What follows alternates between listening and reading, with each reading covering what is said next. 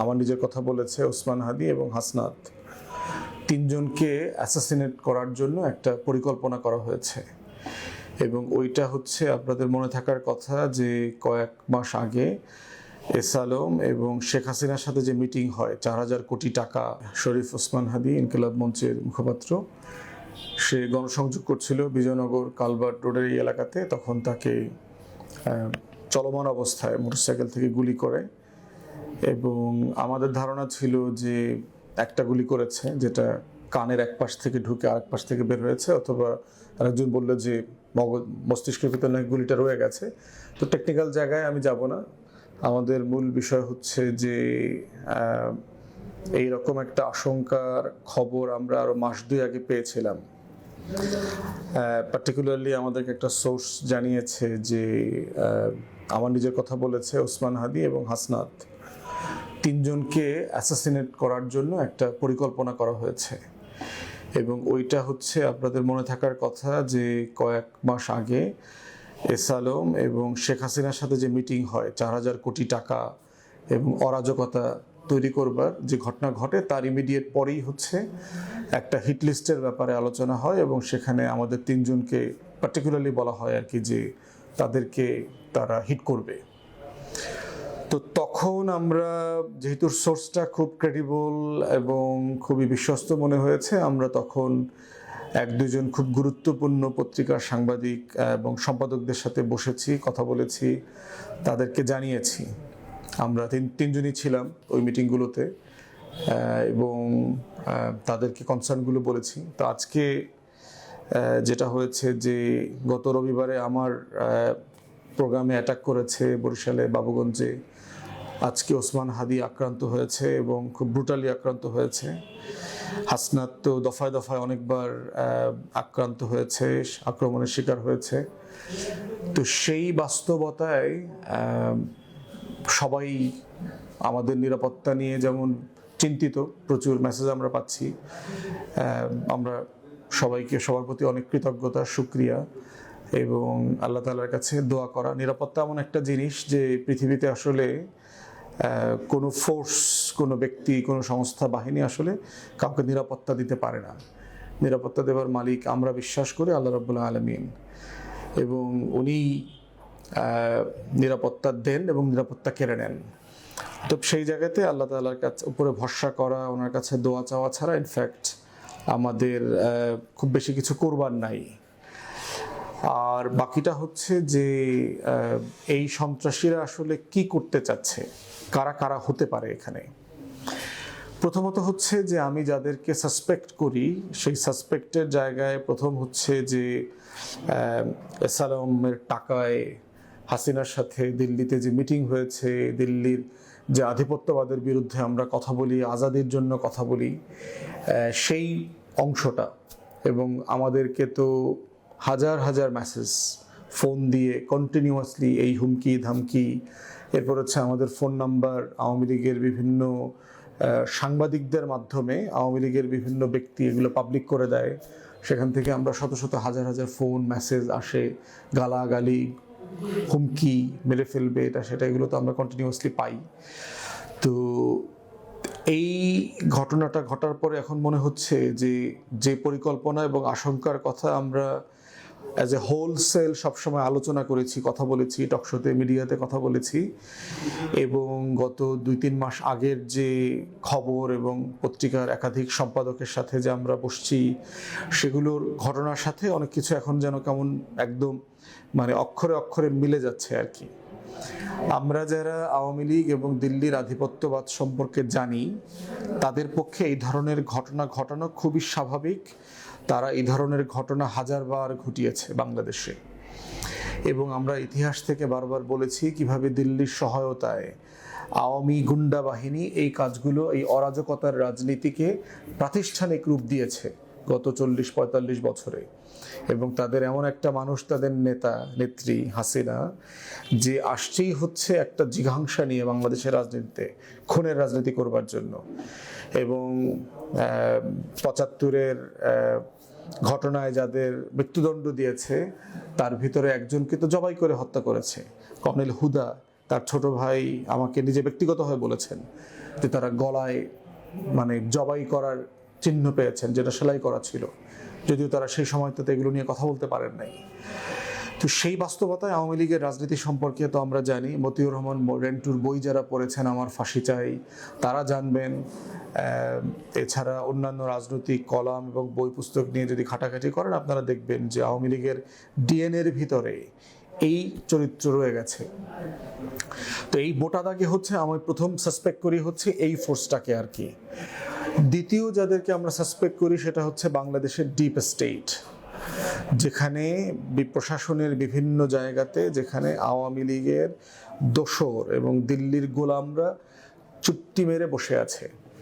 তারা বিভিন্ন সময় বিভিন্ন আঙ্গিকে দেখবেন আওয়ামী লীগকে পুনর্বাসন করা, আওয়ামী লীগ জাতীয় পার্টি ছাড়া নির্বাচন ইনক্লুসিভ হবে না, জুলাই গণ অভ্যুত্থান মুক্তিযুদ্ধের বিপক্ষের শক্তি, রাজাকার জঙ্গি মৌলবাদীদের উত্থান হচ্ছে, এই সবগুলো বিষয়কে দেখবেন বয়ান আকারে তারা হাজির করবার চেষ্টা করে। এবং এই ডিপ স্টেটের বিভিন্ন অংশ বিভিন্ন সময় আমাদেরকেও এই হুমকি ধামকির মধ্যে রাখে আর কি, যেটা আওয়ামী ফাসিবাদের আমলে আমরা দেখেছি।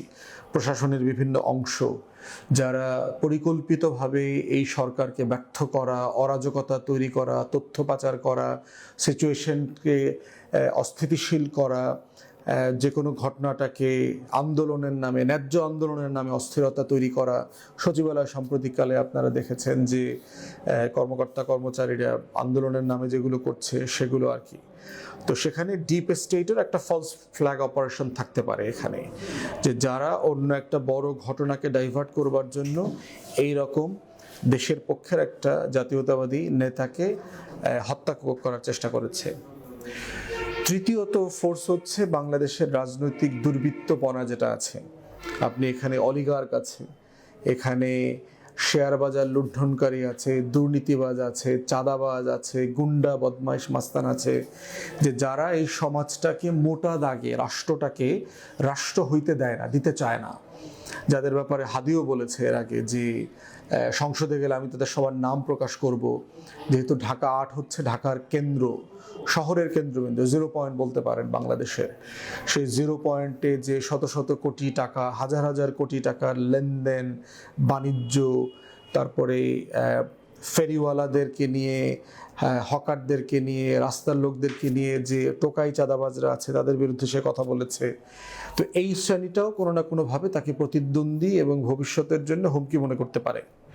তো এই তিনটা সম্ভাবনার জায়গা আমরা দেখতে পাই যে এই ঘটনার পিছনে কারা জড়িত থাকতে পারে। হতে পারে ধরেন আওয়ামী লীগেরই রাকিব নামক কোনো গুন্ডা, ধরেন কলকাতা দুবাই থাকে শাহাদাত নামক কোনো গুন্ডা বাহিনী শীর্ষ সন্ত্রাসীদেরকে দিয়ে এই কাজটা করাইলো, এবং এমন লোককে দিয়ে করাবে যে লোকটা হয়তো একটা রাজনৈতিক দলের কর্মী, তাকে দিয়ে করাইলো। আবার সেই কর্মীটা হয়তো ওসমান হাদির ক্যাম্পেইনে অনেক দিন থেকে তাকে ফলো করতেছে, অংশগ্রহণ করতেছে, গণসংযোগে লিফলেট বিলাচ্ছে তার হয়ে। অতএব সেই রকম একটা ঘোজামিল দেওয়া চক্র এমনও হইতে পারে যে একটা মাইনরিটি গোষ্ঠী এটার সাথে ইনভলভ করবে, যাকে দিয়ে গুলিটা করাবে, যে পরবর্তীতে সীমান্তবর্তী অঞ্চল দিয়ে পালিয়ে চলে যেতে পারবে। এরকম অনেকগুলো বাস্তবতা এখানে জড়িত থাকতে পারে। সেটা অফকোর্স গোয়েন্দা সংস্থার দায়িত্ব, এসবি, ডিবি যারা আছে তারা, ডিজিএফআই, এনএসআই, তারা কালেকটিভলি এগুলো দেখবে এবং তাদের দায়িত্ব এগুলোকে উন্মোচন করা। এবং এই আমরা দেখতে চাই না যে সীমান্ত হয়ে এরকম গারো পাহাড়ের কোনো মানুষ পালায়া ওই পারে চলে গেছে, পরে পোস্ট দিয়ে এলো নিঝুম মজুমদার এবং হার্পিক মজুমদাররা যারা আছে তারা যে কয়টা উইকেট পড়ছে, কয়টা বাকি আছে এরকম। তো সেই বাস্তবতাগুলো আমরা বিবেচনার জন্য বলবো যে সরকার এগুলোকে কিভাবে এখন দেখবে, দেখা উচিত আর কি। তফসিল হয়ে গেছে গতকালকে, দেখবেন গতকালকে তফসিল হয়েছে। আবার গতকালকে বাংলাদেশের এই হাসিনার প্রেসিডেন্ট চুপ্পু রয়টার্সে একটা সাক্ষাৎকার দিয়েছে শতপ্রণোদিত হয়ে। তো সেখানে তিনি বলেছেন তার আফসোস কষ্টের কথা, তিনি সম্মানজনকভাবে নির্বাচনের পরে চলে যাবে। এরকম একটা টাউট দুর্নীতিবাজ প্রেসিডেন্টকে নির্বাচন পরে রাখবেই বাকে, তাকে তো গত আরও 1-1.5 বছর আগেই জুলাই আগস্টে লাথিমেরা বের করে দেওয়া দরকার ছিল। এবং এই যে প্রাতিষ্ঠানিক সংস্কার করতে যারা দেয় নাই, যে সকল রাজনৈতিক দল অথবা বুদ্ধিজীবীরা অথবা সুশীল সমাজ 72-এর মোড়কে চুপ্পুর মতো বাটপাট দিয়ে সামনে রেখে প্রাতিষ্ঠানিক যে সংস্কারগুলো প্রয়োজন ছিল সেগুলো ঠেকিয়ে দিয়ে রাজনৈতিক পাওয়ার ডিল করা, ক্ষমতার ডিল করে ফেলার যে চেষ্টা করা হয়েছে, তার আজকে সবচেয়ে বড় স্যাক্রিফাইস করতে হয়েছে। আমরা আমাদের বক্তব্য খুব পরিষ্কার, যারা বোধ করছে যে বাংলাদেশে ওসমান হাদি অথবা আমাদের মতো 2-4-5 জন 10 জনকে মেরে আপনি জুলাইকে ভুলিয়ে দেবেন, জুলাইয়ের যে প্রেরণা চেতনা আছে সেটাকে আপনি রিপ্লেস করবেন, দিল্লির আধিপত্যবাদের বিরুদ্ধে মানুষ কথা বলা বন্ধ করে দেবে, জুলাইকে ভুলিয়ে দিবে, জুলাইয়ের সনদ বাস্তবায়ন হবে না, আগামী দিনে আওয়ামী জাতীয় পার্টির মতো এই ক্রিমিনাল গ্যাং দিল্লির গোলামরা আবার রাজনীতিতে নির্বাচনে পুনর্বাসিত হবে, আপনারা বোকার স্বর্গে বাস করছেন। আজকে শুধুমাত্র সারা বাংলাদেশের মুড দেখেন আপনারা, যে সারা বাংলাদেশের জুলাইয়ের ফোর্সকে আবার একত্রবদ্ধ করে ফেলেছে এই ঘটনা, এবং এটা বারবার ঘটবে। যতবারই আপনি জুলাইকে ছোট করবার চেষ্টা করবেন, হেয় করবার চেষ্টা করবেন, সকল রাজনৈতিক দল তাদের মধ্যকার দ্বিমত মতানৈক্য যেগুলো আছে সেগুলোকে বাইরে ফেলে দিয়ে তারা জুলাই প্রশ্নে, আগস্ট প্রশ্নে, গণ অভ্যুত্থান প্রশ্নে এক হয়ে যাবে, এবং সেইটা আমরা এখন বারবার দেখতে পাচ্ছি। আপনারা যদি মনে করে থাকেন এগুলো করে দিয়ে আমরা যারা জীবিত আছি আমরা কথা বলা বন্ধ করে দেব, প্রতিবাদ করা বন্ধ করে দেব, আমরা দিল্লির আধিপত্যবাদের বিরুদ্ধে আজাদির পক্ষে লড়াই করব না, আপনারা বোকার স্বর্গে বাস করছেন। আমরা গুমের থ্রেশহোল্ড পার করেই গত 5-6 বছর আওয়ামী ফ্যাসিবাদের বিরুদ্ধে লড়াই করেছি, কথা বলেছি, রাজপথে ছিলাম। অতএব সেই জায়গাতে কোনো কম্প্রোমাইজ হবে না, আপনারা নিশ্চিন্তে থাকেন। আরও বহু হাদি বাংলাদেশে জন্মাবে এবং তারা আবার দিল্লির আধিপত্যবাদের বিরুদ্ধে কথা বলবে, অতএব সেই জায়গাতে কোনো কম্প্রোমাইজ হবে না নিঃসন্দেহে। আপনারা যদি মনে করে থাকেন যে বাংলাদেশে একজন হাদিকে হত্যা করে আপনারা তার ভয়েসকে নিবৃত করে দেবেন, আপনারা দেখবেন কালকে থেকে বাংলাদেশের প্রত্যেকটা চা দোকানদার হাদি হয়ে গেছে, বাংলাদেশের প্রত্যেকটা রিক্সাওয়ালা, সিএনজিওয়ালা শরীফ ওসমান হাদি হয়ে যাবে, বাংলাদেশের প্রত্যেকটা পথিক, ফেরিওয়ালা, ট্রাকাই, শ্রমজীবী মানুষ ইনকিলাব মঞ্চের প্রতিনিধি হয়ে দাঁড়িয়ে যাবে, বাংলাদেশের ছাত্র জনতা, সিপাহী, জওয়ান, বাংলাদেশের লাল সবুজের পতাকাকে যারা ভালোবাসে তারা প্রত্যেকে এক একজন শরীফ ওসমান হাদি হয়ে এই লাল সবুজের পতাকার পাহারাদার হয়ে যাবে। অতএব ওই যে বাবুল কাস্তির মতো দেখবেন ওইরকম লুঙ্গি পরা কৃষকরা প্রতিটা পাড়ায়, মহল্লায়, খেতে, জেলে, পানিতে বসে বসে এক একটা শরীফ ওসমান হাদি হয়ে যাবে। তারা সবাই দিল্লির আধিপত্যবাদের বিরুদ্ধে কথা বলবে। কেউ এই লড়াই, এই আজাদির যে উন্মাদনা, এই আজাদির যে স্বপ্ন, আকাঙ্ক্ষা, সেখান থেকে আপনারা এই প্রজন্মকে নিবৃত করতে পারবেন না। আজকে থেকে দেখবেন পুরো বাংলাদেশটাই লাল সবুজের পতাকা মরা একটা শরীফ ওসমান হাদি হয়ে গেছে, এবং এটাই হচ্ছে ইনকিলাব জিন্দাবাদ হওয়া এবং থাকার লড়াই। এবং বাংলাদেশে বাংলাদেশ 2-এর যে লড়াই চলছিল সেই লড়াইটা আরও দ্বিগুণ ত্রিগুণ গতিতে ফাগুনের হাওয়ার মতো করে আবার বাড়বে, এবং সেটা আপনারা দেখবেন। আওয়ামী ফ্যাসিবাদ, দিল্লির আধিপত্যবাদ এখানে ফিরতে পারবে না, এটাই হচ্ছে শেষ কথা। ওসমান হাদির জন্য আমাদের দোয়া, প্রাণ ভরে আরশের মালিকের কাছে আমরা দোয়া চাই যেন আল্লাহ তাআলা তাকে আমাদের মাঝে ফিরায় নিয়ে আসে। আর এর মধ্য দিয়ে হচ্ছে আমাদের লড়াই, আজাদির সংগ্রাম চলছে, চলবে।